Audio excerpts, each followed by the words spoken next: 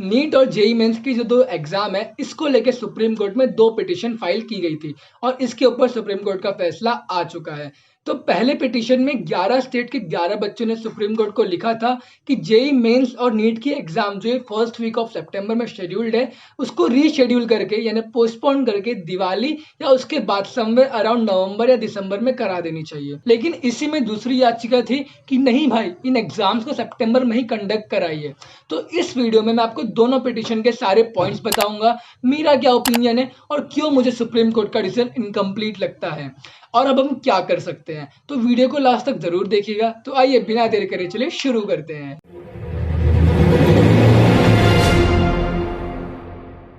तो चलिए सबसे पहले उनकी बात कर लेते हैं जिनका ये मानना है कि एग्जाम सितंबर में ही होनी चाहिए। तो उनका सबसे पहला पॉइंट ये है कि हम ऑलरेडी अप्रैल में से सितंबर में डिले कर ही चुके हैं। अब इससे ज्यादा और डिले करते हैं तो इससे बच्चों के करियर पे बहुत ज्यादा इम्पैक्ट पड़ेगा। नए वाले सेशन में बच्चे जब भी एडमिशन लेंगे एग्जाम के बाद तो उसमें काफी सारी दिक्कतें आएगी और अगर हमने एग्जाम कंप्लीट कैंसिल करा दी तो उसमें और ज्यादा दिक्कतें हैं क्योंकि next year double number of students हो जाएंगे सेम नंबर ऑफ सीट्स के लिए। तो ये कुछ पॉइंट्स थे इन कैटेगरी वाले लोगों के।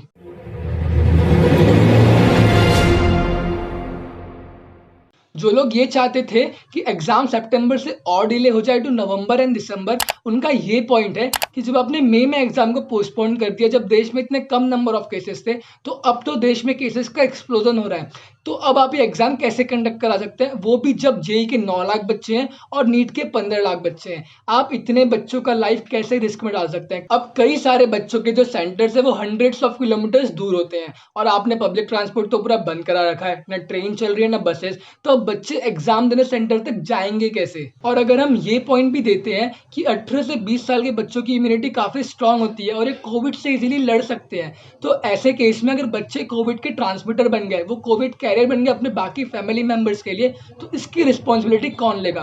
और ऐसे कई सारी चीजें हैं जो इस सिचुएशन को और कॉम्प्लिकेटेड करती हैं। आप यहाँ पे उनके करियर के साथ साथ उनकी जिंदगी के साथ भी खेल रहे हो। ऐसे कई सारे पॉइंट्स दिए हैं इन बच्चों ने सुप्रीम कोर्ट को, लेकिन सुप्रीम कोर्ट ने इनका पिटीशन रिजेक्ट कर दिया है एंड एग्जाम अब सितंबर में ही होगी, इसका डिसीजन दिया है। अब ये मामला गवर्नमेंट के हाथ में, गवर्नमेंट चाहे तो कुछ डिसीजंस ले सकती है, लेकिन गवर्नमेंट कुछ करे मुझे बहुत कम उम्मीद है एंड अभी तक गवर्नमेंट ने कुछ खास किया भी नहीं है।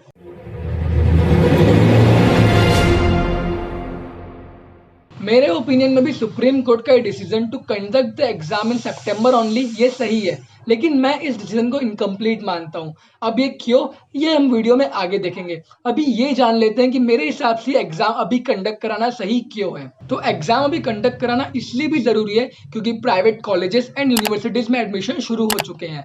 अब अगर हम जेईई मेंस एंड एडवांस के बेसिस पे टोटल नंबर ऑफ सीट्स भी देखें in all IITs, NITs and triple ITs, तब भी मैक्स 60,000 ही होता है एंड जेईई के टोटल एप्लीकेंट्स कितने, 9 लाख। तो अभी बहुत सारे बच्चे ऐसे हैं यानी ऑलमोस्ट 93% बच्चे ऐसे हैं जिनको ये कॉलेजेस नहीं मिलने हैं, आईआईटीज, एनआईटीज और ट्रिपल आईटीज, लेकिन सपने तो सब वहीं के देख रहे हैं, चाहिए तो सबको वही। अब दिक्कत यहाँ पे ये है कि बच्चे भी कंफ्यूज्ड हैं कि इन प्राइवेट कॉलेजेस में एडमिशन ले या नहीं, क्योंकि कॉन्फिडेंस तो है कि जेईई क्लियर हो जाएगी, बट इन केस अगर लास्ट मोमेंट में कुछ दिक्कत हो गई और क्लियर नहीं हो पाई तो क्या। और कॉलेज को भी फीस देनी होती है सीट बुकिंग के लिए जो नॉन रिफंडेबल होती है। और प्राइवेट कॉलेज से मेरा मतलब ये सारे कॉलेजेस है जो आप स्क्रीन पे देख सकते हैं, और ये इंडिया के one of the most prestigious private colleges हैं आफ्टर आईआईटीज, एनआईटीज और ट्रिपल आईटीज। और कई सारे कॉलेजेस में तो ऑनलाइन क्लासेस भी शुरू हो चुकी है। तो अब बच्चे करे तो करे क्या। तो वो बच्चे जो इसी साल 12th पास हुए हैं, अगर उनका ये डिसीजन गलत हो जाता है तो शायद उतना फर्क ना पड़े, वो एक साल रिपीट भी कर सकते हैं क्योंकि वैसे भी आधा साल ऑलरेडी रिपीट हो चुका है। लेकिन वो बच्चे जो ऑलरेडी रिपीटर्स थे, ऑलरेडी रिपीट कर रहे थे, और उनका अगर ये डिसीजन गलत हो गया आईआईटी, एनआईटीज और प्राइवेट कॉलेजेस के बीच का, तो उनका एक और साल वेस्ट हो सकता है। इसलिए मेरे हिसाब से एग्जाम कंडक्ट कराना भी बहुत ज्यादा जरूरी था।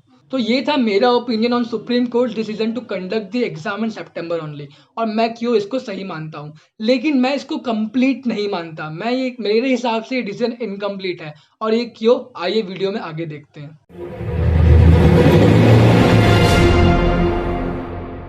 सुप्रीम कोर्ट ने डिसीजन तो दे दिया कि सितंबर में एग्जाम कंडक्ट होगी, लेकिन जो बच्चे रिमोट लोकेशंस में रहते हैं वो एग्जाम देने सेंटर तक कैसे जाएंगे, कौन अरेंजमेंट्स करके देगा, इसके ऊपर एक भी सेंटेंस नहीं कहा। और सुप्रीम कोर्ट जहाँ पे इतने क्वालिफाइड बड़े लोग बैठते हैं एंड कोई भी डिसीजन देने से पहले वेल रिसर्च होता है, मुझे ऐसी एक्सपेक्टेशंस थी कि सुप्रीम कोर्ट एनटीए और एचआरडी मिनिस्ट्री को बोलेगा कि बच्चों के लिए अच्छे से अरेंजमेंट्स करके दी जाए, उनकी सेफ्टी का ध्यान रखा जाए on all the centres properly, क्योंकि वैसे भी सारे पब्लिक ट्रांसपोर्ट सभी बंद है। अब मैं ऐसा क्यों बोल रहा हूँ, आइए आपको एक एग्जाम्पल के साथ समझाता हूँ।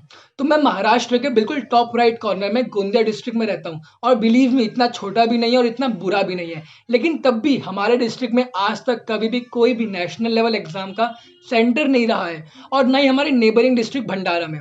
तो अब कोई भी बच्चा जो गोंदिया में रहता है उसको कोई भी नेशनल लेवल एग्जाम में अपीयर करना है तो उसको एग्जाम देने नागपुर जाना पड़ता है। अब नॉर्मल टाइम्स में when everything is fine, Nagpur जाना कोई बहुत बड़ी बात नहीं है, दिन में कई सारी ट्रेन और कंटिन्यूअस बसेस चलती रहती है।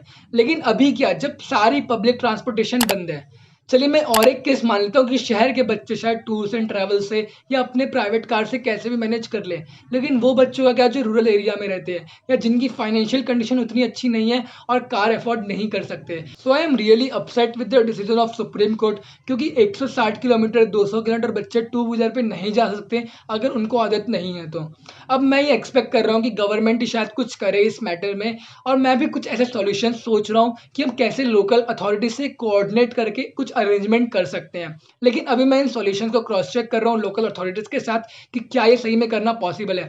तो अगर ये वेरीफाई हो जाती है, सब सही रहा, तो definitely I will share the solutions with all of you guys, क्योंकि मेरे को पता है ये प्रॉब्लम सिर्फ गोंदिया के बच्चों को ही नहीं बल्कि इंडिया में, पूरे इंडिया में हर 3 में से 2 डिस्ट्रिक्ट के बच्चों को होनी ही है, क्योंकि बहुत ही लिमिटेड सेंटर्स होते हैं इन सारे एग्जाम्स। तो अगर आपको मेरे पॉइंट्स सही लगे हैं और आपको लगता है कि ये सही में होना चाहिए, तो प्लीज इस पिटीशन पे साइन करिए। मैंने इसकी लिंक डिस्क्रिप्शन बॉक्स और आई बटन दोनों जगह दे रखी है। और वैसे भी अब हमारे पास बहुत कम टाइम बचा है, तो कोशिश करिए जितने ज्यादा फ्रेंड्स को शेयर करके जितनी ज्यादा साइन ला सके उतना ही अच्छा होगा हमको गवर्नमेंट तक ये बात पहुंचाने के लिए। वीडियो अच्छा लगा होगा तो वीडियो को लाइक जरूर करिएगा। आपके क्या ओपिनियंस आप कमेंट सेक्शन में लिखकर मुझे बता सकते हैं, और प्लीज इस वीडियो को ज्यादा शेयर करिए ताकि हम जल्दी से जल्दी ज्यादा साइन ला सकें पिटीशन में। और अगर आपको मेरा काम पसंद आता है तो मेरे चैनल को सब्सक्राइब करके आप मेरे काम को सपोर्ट कर सकते हैं, और बेल आइकन दबाना बिल्कुल मत भूलिएगा। तो मिलते हैं अगले किसी और वीडियो में, तब तक के लिए जय हिंद, नमस्कार।